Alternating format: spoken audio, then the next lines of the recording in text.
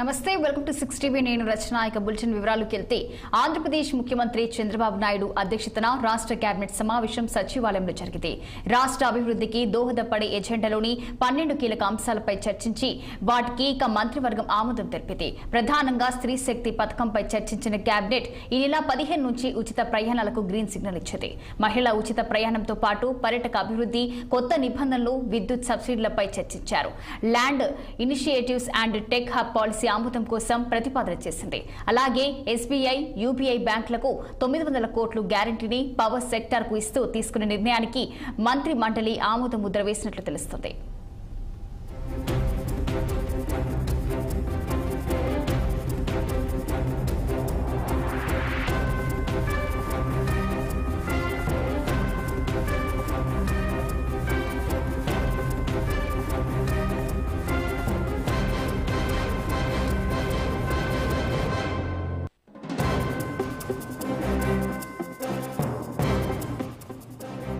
ఆంధ్రప్రదేశ్ ముఖ్యమంత్రి చంద్రబాబు నాయుడు అధ్యక్షతన రాష్ట్ర కేబినెట్ సమావేశం సచివాలయంలో జరిగింది.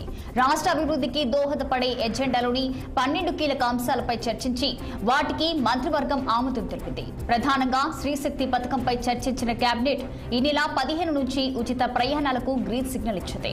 మహిళల ఉచిత ప్రయాణంతో పాటు పర్యాటక అభివృద్ధి, కొత్త నిబంధనలు, విద్యుత్ సబ్సిడీలపై చర్చించారు. Land initiatives and tech hub policy ఆమోదం కోసం ప్రతిపాదన చేసింది. అలాగే ఎస్బీఐ, యూపీఐ బ్యాంకులకు 900 కోట్లు గ్యారంటీని పవర్ సెక్టార్ కు ఇస్తూ తీసుకున్న నిర్ణయానికి మంత్రి మండలి ఆమోద ముద్ర వేసినట్లు తెలుస్తోంది.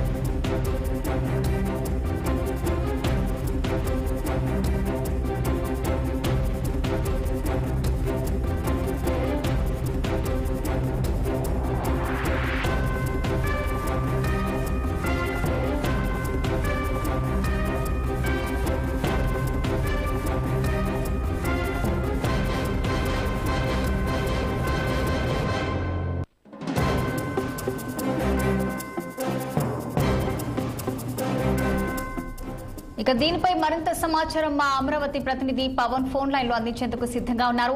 చెప్పండి పవన్, ఇక ముఖ్యమంత్రి చంద్రబాబు నాయుడు అధ్యక్షతన మరి రాష్ట్ర కేబినెట్ సమావేశం అయితే మరి సచివాలయంలో అయితే జరిగింది. అలాగే 12 కీలక అంశాలపై చర్చించి మరి వాటికి మంత్రివర్గం ఆమోదం అయితే తెలిపింది. దీనికి సంబంధించిన అప్డేట్స్ ఏంటి? రచన మొత్తానికి ఏపీ కేబినెట్ సమావేశం అయితే మాత్రం 12 ఎజెండాలకైతే మాత్రం ఏపీ కేబినెట్ గ్రీన్ సిగ్నల్ ఇచ్చింది. అందులో భాగంగా ముఖ్యంగా ఆంధ్రప్రదేశ్ సంబంధించి కూడా రవాణా, రోడ్లు మరియు భవనాలకు సంబంధించినటువంటి అంశాలపై ప్రధానంగా చర్చించింది. అదేవిధంగా చూసుకున్నట్టయితే ఎన్నికల ముందు మహిళలకు రాష్ట్రంలో ఇచ్చినటువంటి హామీ ఏదైతే ఉచిత బస్సు ప్రయాణం సౌకర్యం ఏదైతే ఉందో దీనికి సంబంధించి కూడా ఆగస్టు 15వ తేదీ స్వయంగా ముఖ్యమంత్రి చంద్రబాబు ఈ పథకాన్ని కూడా ప్రారంభించబోతా ఉన్నారు. దానికి సంబంధించి కూడా ఈ రోజు మంత్రివర్గం అయితే మాత్రం గ్రీన్ సిగ్నల్ ఇచ్చింది. మరి రెండో అంశం చూసుకున్నట్టయితే సమాచార, సాంకేతిక, ఎలక్ట్రానిక్ సంబంధించినటువంటి కమ్యూనికేషన్లు, టెక్ హబ్ సంబంధించిన పాలసీకి సంబంధించినటువంటి అంశాలపై కూడా ప్రధానంగా అయితే మాత్రం కేబినెట్ లో సుదీర్ఘంగా కూడా చర్చ జరిగింది. అంతేకాకుండా ఏపీ ల్యాండ్ ఇన్స్టిట్యూట్ సంబంధించినటువంటి ఆమోదం కోసం కూడా ఒక ప్రతిపాదన తీసుకురావడం జరిగింది. మరి తీసుకొచ్చిన నేపథ్యంలో దీనికి కూడా కేబినెట్ అయితే మాత్రం గ్రీన్ సిగ్నల్ ఇచ్చింది. మూడో అంశం ప్రధానంగా చూసుకున్నట్టయితే యువత అభివృద్ధి, అదేవిధంగా పర్యాటకం మరియు సంస్కృతికి సంబంధించినటువంటి 6 క్లస్టర్ల కింద దాదాపుగా కూడా ఏపీ టీసీ హాస్టల్ మరియు రిసార్టుల నిర్వహణ కోసం ఏజెన్సీకి సంబంధించినటువంటి ఎంపిక ఏదైతే ఉందో దీనికి సంబంధించినటువంటి దానికి కూడా అయితే మాత్రం కేబినెట్ ఆమోద ముద్ర అయితే మాత్రం వేసింది.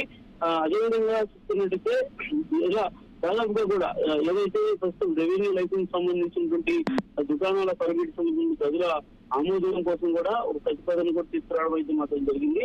ముఖ్యంగా రాష్ట్రంలో ఇప్పటికే మహిళలకు ఇస్తున్నటువంటి ఉచిత సిలిండర్లు ఏదైతే స్త్రీ శక్తికి సంబంధించినటువంటి సిలిండర్లు ఏవైతే ఇస్తా ఉన్నారో వాటికి సంబంధించినటువంటి ఆర్థిక పరిస్థితిని ఎప్పటికప్పుడు కూడా పరిగణలోకి తీసుకొని ఎస్బీఐ మరియు యూబీఐ సంబంధించి కూడా 900 కోట్ల ప్రభుత్వ హామీకి సంబంధించినటువంటి దాన్ని కూడా కేబినెట్ అయితే మాత్రం గ్రీన్ సిగ్నల్ ఇచ్చినటువంటి పరిస్థితి అయితే మాత్రం కనిపిస్తుంది.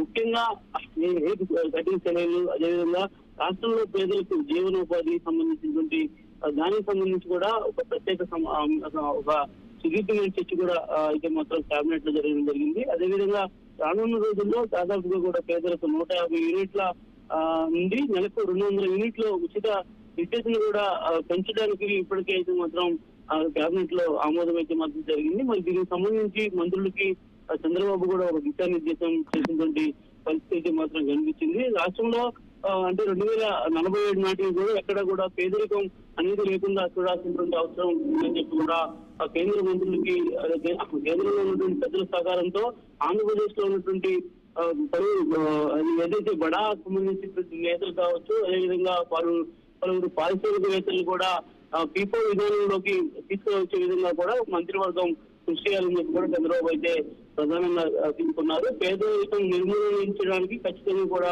పీపో విధానం అనేది కూడా ముందుకు తీసుకురావాల్సినటువంటి అవసరం ఉందని చెప్పి కూడా ప్రధానంగా చర్చించడం జరిగింది. అదేవిధంగా చూసుకున్నట్టయితే ఆంధ్రప్రదేశ్ లో ప్రధానంగా జర్నలిస్టుల సమస్యల పరిష్కారం కోసం కూడా అక్రిడేషన్ నియమాలు, అదేవిధంగా 2020 స్థానంలో కొత్త సమగ్ర ఏపీ మీడియా అక్రిడేషన్ సంబంధించినటువంటి నియమాలతో పాటు మరి 2025 సంబంధించిన సూత్రధారణ ఆమోదం ఏదైతే ఉందో దీనికి సంబంధించి జీవో నెంబర్ 38 దాన్ని కూడా ఈ రోజు కేబినెట్ లో 10వ అంశంగా కూడా పరిగణించడమే కాకుండా ఏదైతే ఈ యొక్క అక్రిడేషన్ సంబంధించి కూడా ఒక కమిటీ వేయాలని చెప్పి కూడా ఇప్పటికే భావించి మరి త్వరలోనే నూతన కమిటీని ఏర్పాటు చేసి రాష్ట్రంలో పనిచేస్తున్నటువంటి జర్నలిస్టులందరికీ కూడా అక్రిడేషన్ జారీ చేసే విధంగా ఈ కేబినెట్ లో కూడా తీర్మానం అయితే మాత్రం చేయడం జరిగింది. ముఖ్యంగా కమ్యూనికేషన్ సంబంధించినటువంటి దానిపై కాకుండా పలువురు డెమోక్రటిక్ సంబంధించినటువంటి దానిపై కూడా పూర్తి స్థాయిలో చర్చ అయితే మాత్రం ప్రతిపాదించారు. కానీ దీనికి సంబంధించినటువంటి ఆమోదం అయితే ఇవ్వలేదు. మరి హోంశాఖ సంబంధించి కూడా రాష్ట్రంలో పోలీస్ వ్యవస్థని పూర్తి స్థాయిలో ప్రతిష్టం చేయాల్సినటువంటి అవసరం హోంశాఖపై ఉంది కాబట్టి ఖచ్చితంగా రాష్ట్రంలో లా అండ్ ఆర్డర్ ఎక్కడ కూడా దెబ్బతినకుండా ఎక్కడ వివాదాలు తావు లేకుండా కూడా ఎక్కడికక్కడ గ్రామాల్లో ప్రశాంతమైన వాతావరణాన్ని నెలకొల్పే విధంగా కూడా హోంశాఖ పూర్తి స్థాయిలో కూడా చర్యలు తీసుకోవాలని చెప్పి కూడా చంద్రబాబు అయితే మొత్తం ఆదేశించారు. మొత్తం 12 ఎజెండాలతో కూడా ప్రధానంగా చర్చ జరిగినటువంటి నేపథ్యంలో 12 ఎజెండాలకు సంబంధించి కూడా 11 అయితే మాత్రం పూర్తి స్థాయిలో గ్రీన్ సిగ్నల్ ఇచ్చినటువంటి పరిస్థితి అయితే మాత్రం కనిపించింది. మొత్తానికి రాష్ట్రంలో పెండింగ్ లో ఉన్నటువంటి పోలవరం ప్రాజెక్టు సంబంధించినటువంటి అంశం కూడా ప్రధానంగా అయితే మాత్రం చర్చ జరిగింది. ఏదైతే వచ్చే ఏడాది నాటికి చివరి okay, thank you for the updates Pawan.